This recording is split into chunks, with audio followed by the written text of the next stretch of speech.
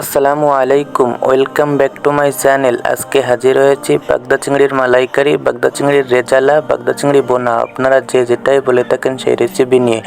তাই চলেন ভিডিওটি শুরু করা যাক।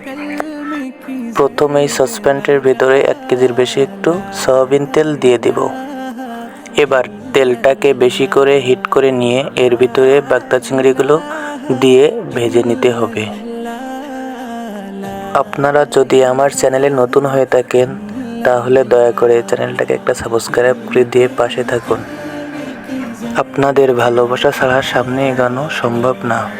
প্লিজ চ্যানেলটাকে একটা সাবস্ক্রাইব করে দিন। বাগদা চিংড়িগুলোকে খুব ভালোভাবে ভেজে নিতে হবে, তা না হলে চিংড়ির ভিতরের কাঁচা গ্যাস থেকে যাবে। তাই চিংড়িগুলোকে খুব ভালোভাবে ভেজে নেব।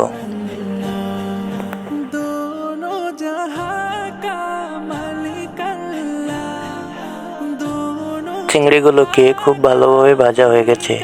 এবার একটা ঝাঁঝরির সাহায্যে চিংড়িগুলো তুলে নেব।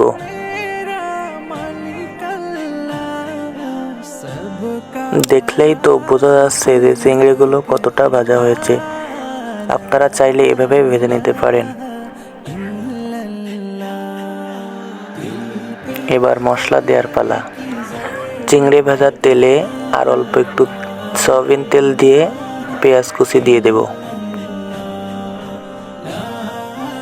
চিংড়ি মাছের পরিমাণ অনুযায়ী এখানে আপনারা পেঁয়াজ দিয়ে দেবেন।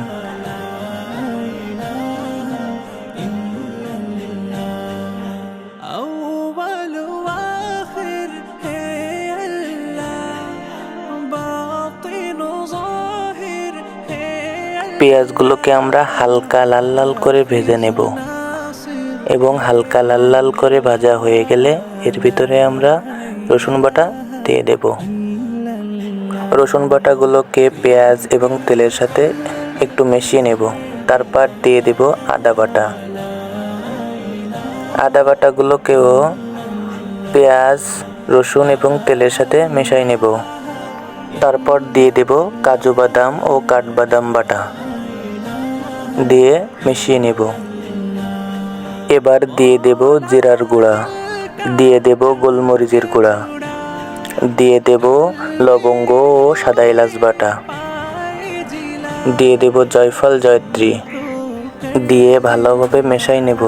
এরপর শুকনো চালের গুঁড়া ও টেস্টি সল্ট দিয়ে দেব। দিয়ে দেব ধনিয়া গুঁড়া, দিয়ে দেব টমেটোর সস, দিয়ে দেব অল্প একটু টক দই, দিয়ে দেব স্বাদ মতো লবণ, দিয়ে মশলাটাকে ভালোভাবে কষিয়ে নেব। দিয়ে দেব নারিকেলের দুধ, দিয়ে মশলাটাকে ভালো করে কষাতে হবে। এরপর 4-5টা তেজপাতা দিয়ে দেব। তেজপাতা দেওয়া শেষ হলে মশলাটাকে খুব ভালো করে কষিয়ে নিতে হবে 3 থেকে 4 মিনিট। তবে খেয়াল রাখবেন যেন মশলাটা কোনোভাবে তলায় না লেগে যায়। এবার আগে থেকে ভেজে রাখা বাগদা চিংড়িগুলো কষানো মশলার ভেতরে দিয়ে দেব।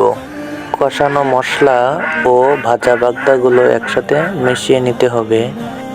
মশলার সাথে মেশানো বাগদাগুলোকে 4 থেকে 5 মিনিট জ্বালিয়ে নিতে হবে, যার ফলে বাগদার ভিতরে মশলাগুলো খুব ভালোভাবে প্রবেশ করবে।